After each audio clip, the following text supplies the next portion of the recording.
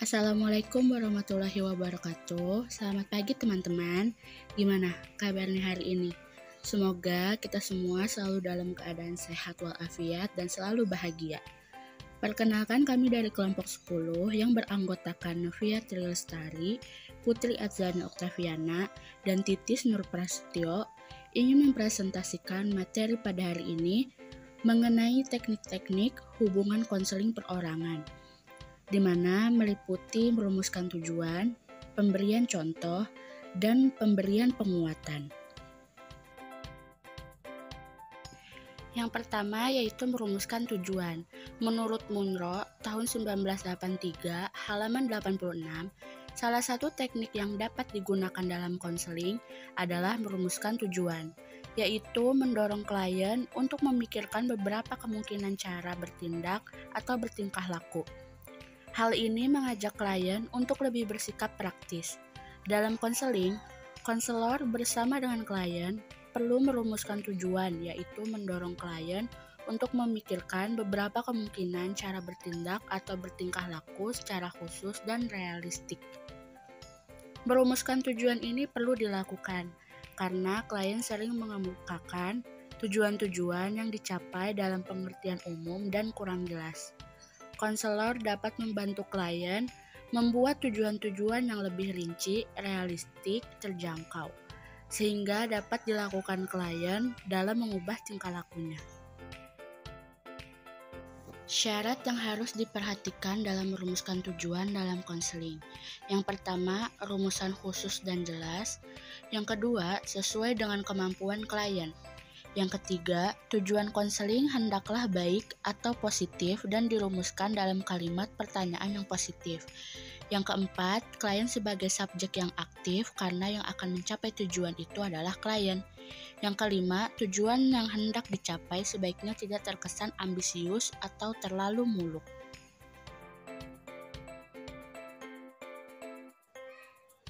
Dua, pemberian contoh. Pemberian contoh adalah memberikan pola perilaku tertentu yang baik untuk klien yang tidak mengetahui cara berperilaku pada situasi tertentu, yang bertujuan untuk membantu klien meningkatkan kemampuan menampilkan perilaku yang diharapkan dalam situasi tertentu.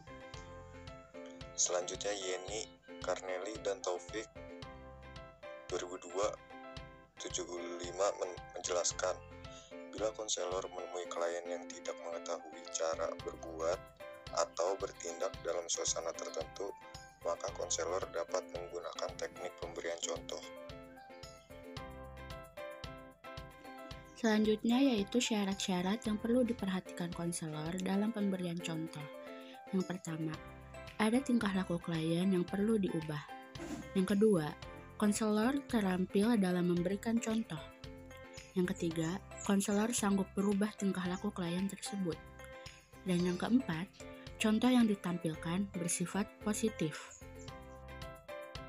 Baik, di sini saya akan menjelaskan tentang pemberian penguatan. Pemberian penguatan dipandang sebagai upaya konselor dalam memberikan stimulus kepada klien untuk memperkuat atau mengulangi perilaku yang diinginkan atau dikehendaki dalam proses konseling.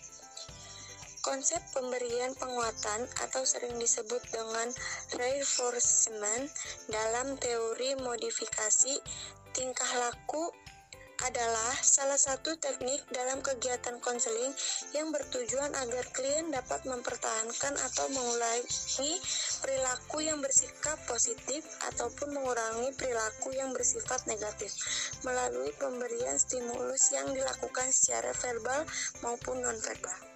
Terima kasih. Baik, terima kasih teman-teman sudah mendengarkan presentasi materi dari kami kelompok 10.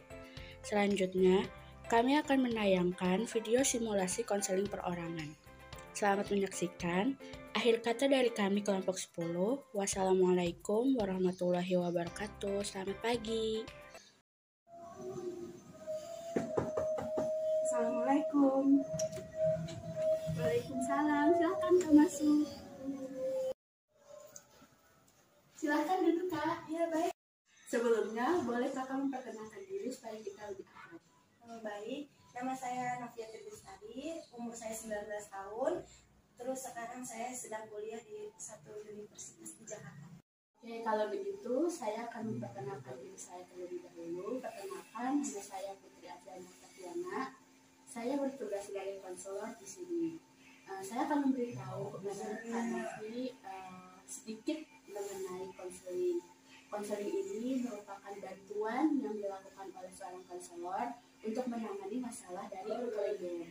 Nah, di konseling ini terdapat asas-asas, terutama asas kerahasiaan. Jadi, permasalahan ini hanya saya dan Kak Novia saja yang tahu.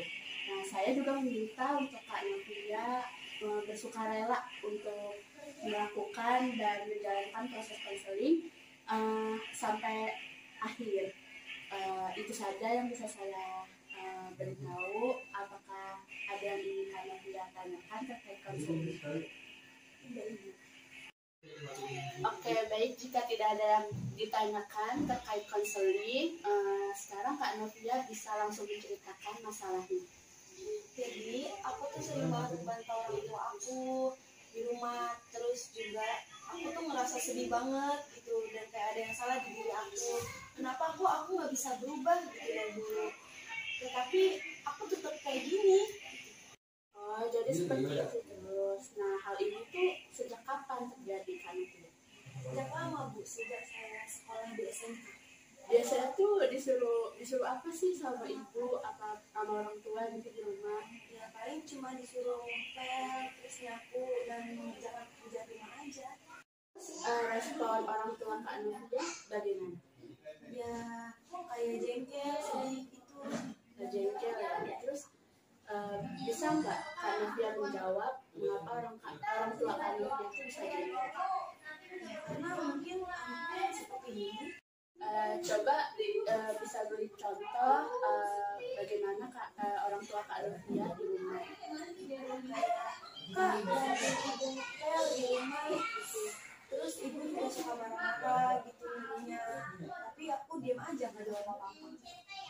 Kan Kak Novia sudah mempraktekkan 2 orang. Sekarang saya minta Kak Novia untuk mempraktekkan. Kak Novia menjadi orang tua di rumah, saya menjadi Kak Novia. Seperti apa? Kak, tolong belikan ibu bumbu dapur. Stok bumbu dapur di rumah itu sudah habis. Takutnya besok tidak bisa masak. Males Bu, nanti aja.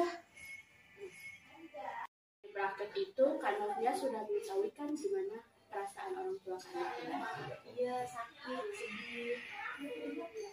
Yang akan kita bahas kali ini adalah Kak Novia selalu membantah ketika disuruh oleh orang tua, tapi di sisi lain Kak Novia ini merasa sedih. Jadi pengennya gimana? Pengen merubah diri, apa yang akan Kak Novia lakukan? Ya mungkin memperbaiki diri sendiri dan lebih dewasa juga tidak membantah orang tua. Novia sudah punya pandangan sikap yang lebih dewasa belum? Jadi inti permasalahan ini sudah kita bahas sebelumnya. Kak Novia bilang Kak Novia sulit untuk melakukan hal-hal yang disuruh oleh orang tua, dan Kak Novia ingin memperbaiki sikap. Pesan yang diambil oleh Kak Novia ini sangat bagus. Jadi orang tua itu harus kita hormati, kita harus berbakti kepada orang tua. Apalagi kita masih mempunyai orang tua yang lengkap ya. Kak Novia pernah nggak lihat temennya itu yang udah nggak punya orang tua?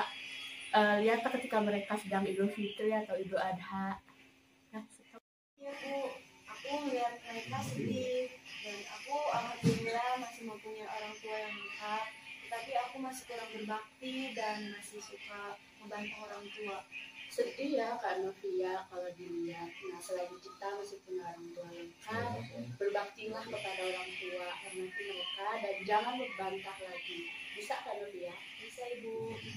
Oke, kalau begitu sepertinya proses konseling kita sudah mau habis. Sekarang bagaimana perasaan Kak Novia setelah dilakukan proses konseling? Sudah agak baik sih Bu, dan lega bisa cerita. Kalau begitu Kak Novia, kita akhiri saja ya proses konseling hari ini. Baik Ibu, terima kasih.